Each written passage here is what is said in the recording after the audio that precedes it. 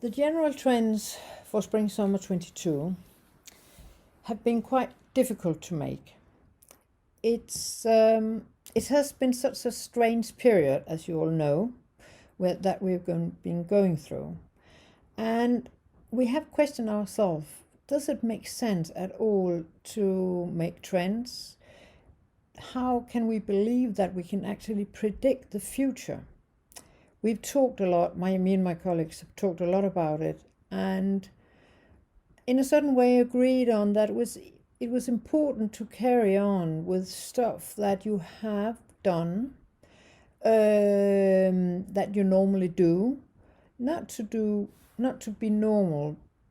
We've all been talking a lot about the new normal, which is it's a fluffy expression because no one knows what is the new normal and no one knows how this is going to end. But keeping up a sort of normality, and then the other thing also is that for sure it will keep you from falling into a massive human depression, and that for sure won't help at all. No one. So carrying on what you do, being responsible, thoughtful, thinking about what is going on, that would be that in itself is a good thing. And also to think about is also a way of thinking what is going to come. When I prepared these trends, I started looking at some photos, and this photo in particular caught my attention, which is not quite right because it was actually not the attention they caught. It was my body who remembered. My body remembered that feeling I got when I went into this courtyard with a blue velvet sky and the red pillars, and it was so fantastic. I could feel it in my stomach, and this is what I have really been missing, because this is something that you cannot get through a screen or a Zoom meeting, with who it ever might be. But it is something that is so, it's physical, and this is what we have all missed and are still missing. So this has been very, I think it has also been a very important eye-opener for me that we really missed this way of these emotions, these physical emotions. Of course, the fair in April 19 in Milan was cancelled. No, it was not cancelled, sorry. It was the one this year, in 20, that was cancelled. So this year, instead, we could walk. In Denmark, we were allowed to go out and walk and walk. We had this expression, walk and talk. We walked. We could not sit, but we could walk outside. Actually, it amazed me that shoe producers, they must have made a fortune out of all the shoes that we have consumed. And then we had we could drink coffee, but we couldn't sit in a cafe. We could only sit. We could only walk, and it means that we had a lot of disposable cups. So much disposable cups and plastic plates and plastic wrapping. It was as if, even though we talked about how clean the sky was and how clean the air was, and it was so wonderful and it was so good for the environment, but all the plastic that we threw, because we had to throw it because the bins, there were absolutely no way big enough. So it was mountains of disposable plastic cups and plates and stuff.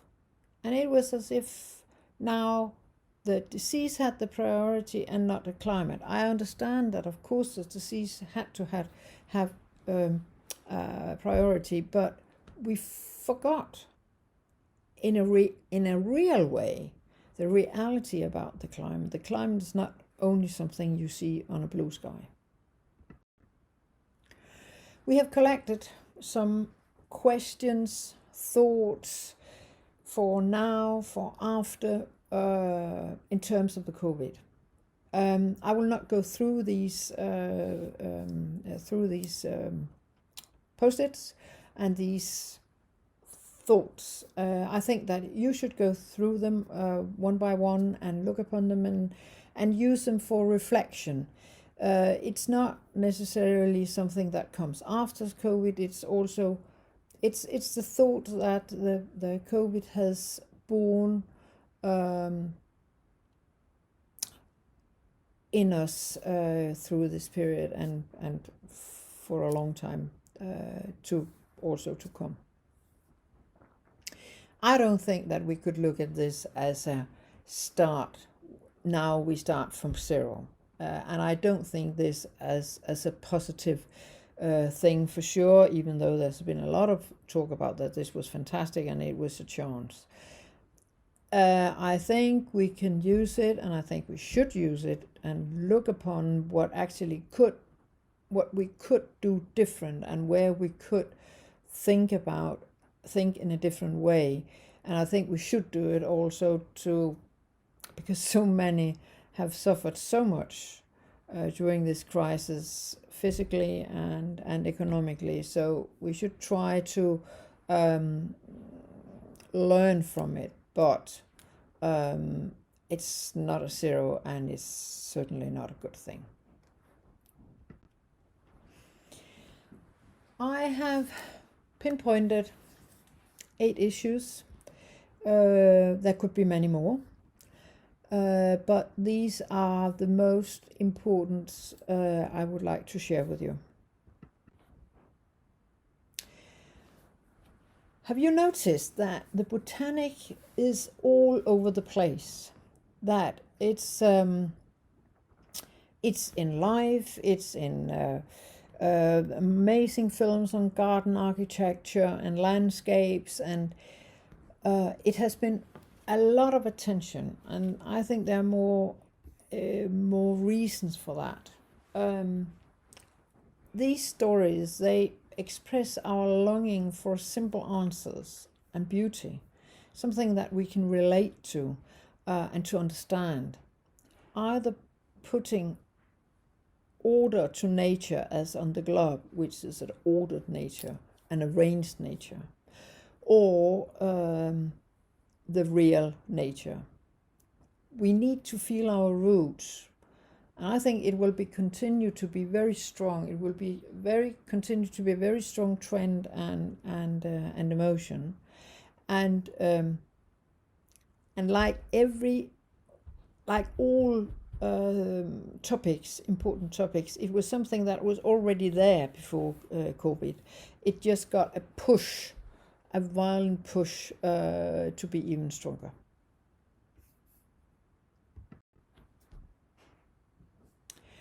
So about things that we can relate to. We push industry and plastic away, and we take fancy into a natural world, even though the disease came from the nature. Basic but even more simple objects which you can relate to immediately, and we understand them. Of course, being humble is also a part of the pandemic. Many things looks as if they will do us good, but things are also very, very complex. So in fashion and textile, and I think in everyone who's producing something professionally, we need to make complex things look easy. For example, sustainable systems, they are extremely complex, but we need to give them this very natural and easy appeal, just like music or a performance. If people say to you after a performance, this must have been difficult, it means that you haven't performed it in a smooth way, even though it was quite complicated.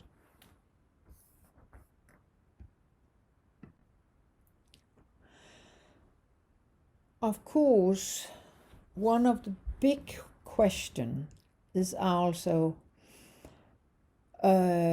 seasonless. Are we going to carry on without season? Because the seasons, the climate is evolving. Our season is we have seasons. We have, in my part of the world, we have less autumn and spring, and we have a lot of summer and a lot of winter. This, of course, also should have an effect on the fashion, on the garment and the fashion industry, because how many drops should we have a year? Should it be every 2 weeks, or should it be for a year?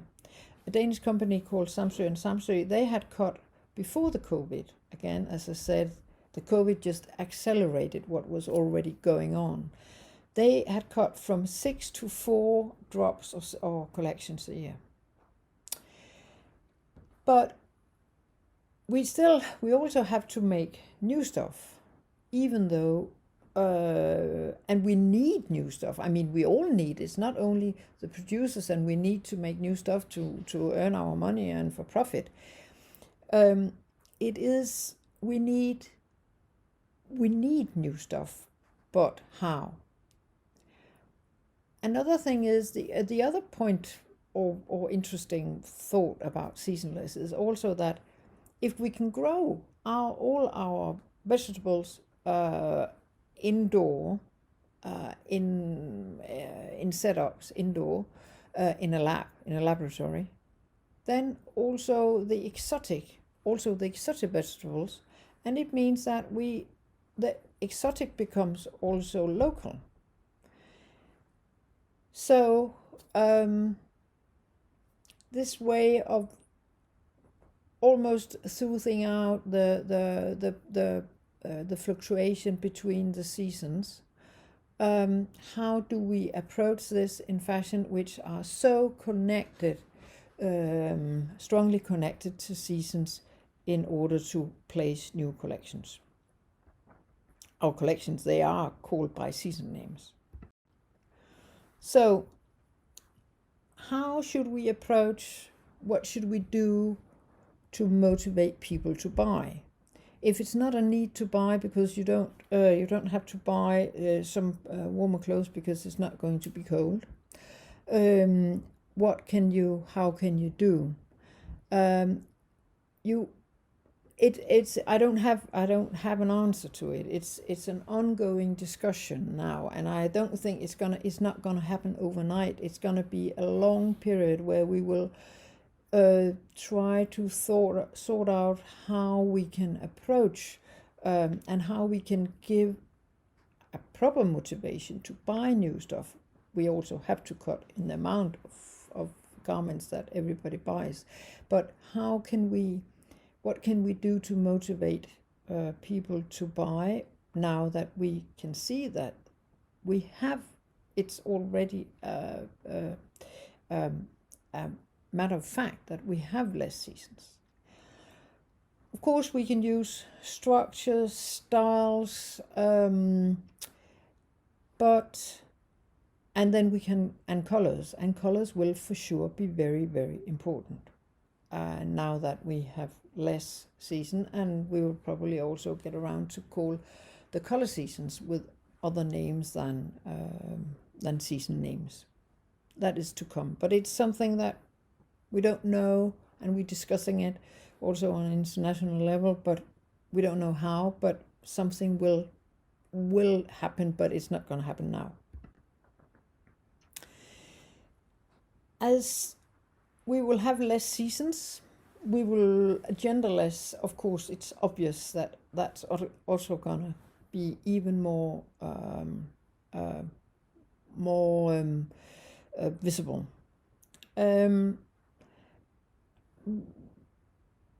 One of the post-its in the first poster about after the COVID, and it is said, what happens when no one have a reason to dress up? And what I noticed through the pandemic was that in beginning, everybody was really baggy trousers, no gender, no seasons. It was really, people couldn't really care. But then after we had this first period with a shock, and then the reality, you have to dress up sometimes. Most people have. Of course, there will be people who can go around in baggy trousers forever, but most people, we have an urge to dress up. We do it even though we are not together with other people, or we are less together with other people, but we still need to. It's a part of nature, it's a part of our nature and all nature to make the best and to feel. It does something with your state of mind if you dress, also not maybe dressing up, but though dressing properly. So though again we will see two ways of being next to each other. One will be a very uniform in sense of we will all look the same, or we will look the same every day, and then we will have, of course, still dressing up like we have always had.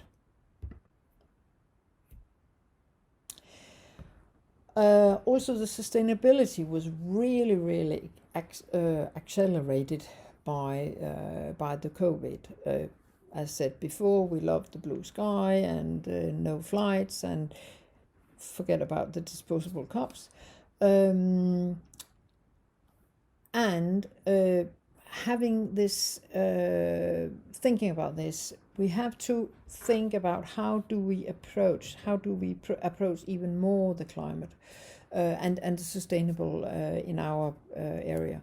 And I think that one of the things we have to do is that we have to make products which we might not have a final solution for. For example, we don't have, or for example, many brands, they don't have a proper take back solution for their garments. But we still have to make garments. Even these brands, they have to make garments with that in mind, that one day they will have to take it back. They don't have the system now, but they will have to take it back, and therefore they have to also think about how do they split these garments into material that can be used again. This means we are back to my absolutely ideal thought about monomaterial. So you make fabrics that you can use in a easy, and no, not easy, it's probably not easy, but in a less consuming recycling cyclus. This is important.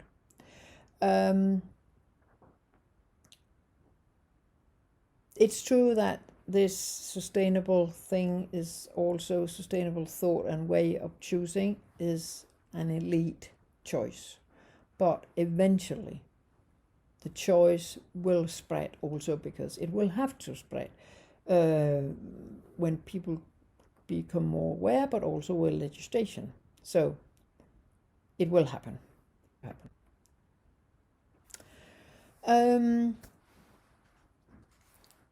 Then we have a sustainable attitude, and it came from a report from the fashion fair in Berlin. There were two approaches.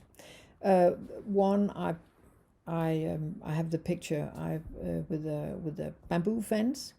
One part was the part where they do the sustainable goods, but without making a big fuss about it, just being there because they think it's a thing, it's a going without saying that you are sustainable. But the other one is the one where they actually stress the fact that they are sustainable. Here we have Lenzing. I was thinking about an example, and then all of a sudden, as I said, it came to my mind that Lenzing was the absolutely best example, and it's an example we all know, because it's important. They have made their mission, as they also say, to show and to really tell the whole world that they are sustainable. A couple of years ago, I would have been with the bamboo fence saying that, of course, it goes without saying. But I've changed my mind, and I think it's very important to say that you are sustainable and to tell the story as loud as you can, because this way, the more noise we make, not noise because it sounds negative, but the more we tell about the sustainable, when we are sustainable, the more the world will know that a lot of people and a lot of companies are sustainable. Therefore, tell it as loud as you can. And then, as always, we have to face everything with humor and kindness. Humor for sure, because we have to do this, and we might as well just take it humoristic, because it becomes much easier to support. And kindness, I think that is what the pandemic has showed us, that we need to be kind to each other. We need to be to embrace and to really stress being tolerable. Now for the color mood. As we have not developed a color card for Lenzing for this season due to the because the fairs have been closed. There have not been really fairs this autumn. Therefore, we have not developed the color card as we used to. So this is only a mood. It's only a philosophy, and as I said before, color will be even more important than they have been before, because they are they will be the motivation for buying new stuff more than ever before.